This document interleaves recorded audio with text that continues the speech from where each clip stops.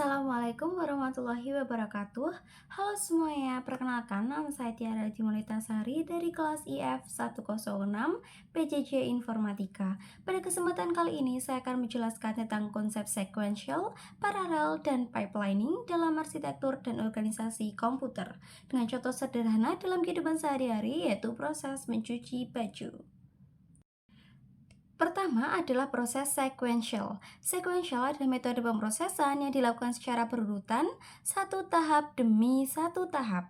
Artinya, suatu proses tidak dapat dilanjutkan ke tahap berikutnya sebelum tahap sebelumnya benar-benar selesai. Dalam contoh mencuci baju terhadap 4 tahap, yaitu mencuci, membilas, menjemur, dan juga menyetrika. Jika menggunakan metode sequential, maka kita harus menyelesaikan proses mencuci terlebih dahulu, kemudian baru membilas, setelah itu menjemur, dan terakhir menyetrika. Tidak ada dua tahap yang berjalan bersamaan. Karena itu, metode ini sederhana dan mudah dipahami, namun membutuhkan waktu lebih lama dibandingkan metode lainnya.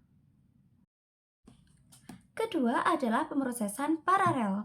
Paralel adalah metode di mana beberapa proses dapat berjalan secara bersamaan, tapi menggunakan alat atau sumber daya yang berbeda. Dalam contoh mencuci baju, misalnya, kita memiliki beberapa mesin atau beberapa orang yang bekerja secara bersamaan.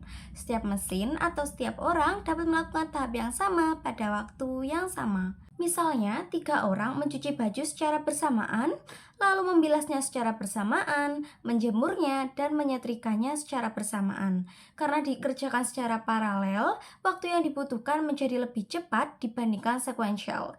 Namun, metode ini memerlukan lebih banyak sumber daya.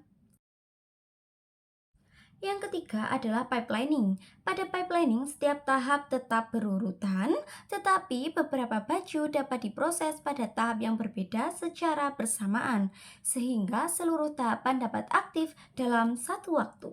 Pada slide ini dapat kita lihat ilustrasi proses pipelining dalam mencuci baju menggunakan 4 tahap, yaitu cuci, bilas, jemur, dan setrika. Pada pukul 8.30, hanya baju A yang masuk ke tahap cuci. Kemudian pada pukul 9, baju A akan berpindah ke tahap bilas, sementara baju B akan mulai masuk ke tahap cuci. Selanjutnya, pada pukul 9.30, baju A berpindah ke tahap jemur, dan baju B masuk ke tahap bilas. Dan baju C masuk ke tahap cuci. Pada pukul 10, seluruh tahap sudah aktif secara bersamaan. Baju A berada di tahap setrika, baju B dijemur, baju C dibilas, dan baju D mulai dicuci. Disinilah pipeline berada dalam kondisi penuh dan bekerja paling efisien. Setelah itu, proses mulai berkurang secara bertahap hingga semua baju selesai diproses.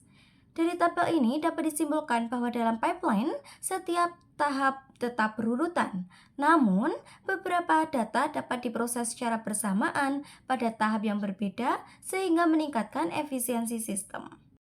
Sebagai kesimpulan, sequential adalah proses yang dilakukan secara berurutan, paralel adalah proses yang dilakukan secara bersamaan dengan sumber daya yang berbeda, lalu pipelining adalah proses bertahap yang berjalan tumpang tindih untuk meningkatkan efisiensi.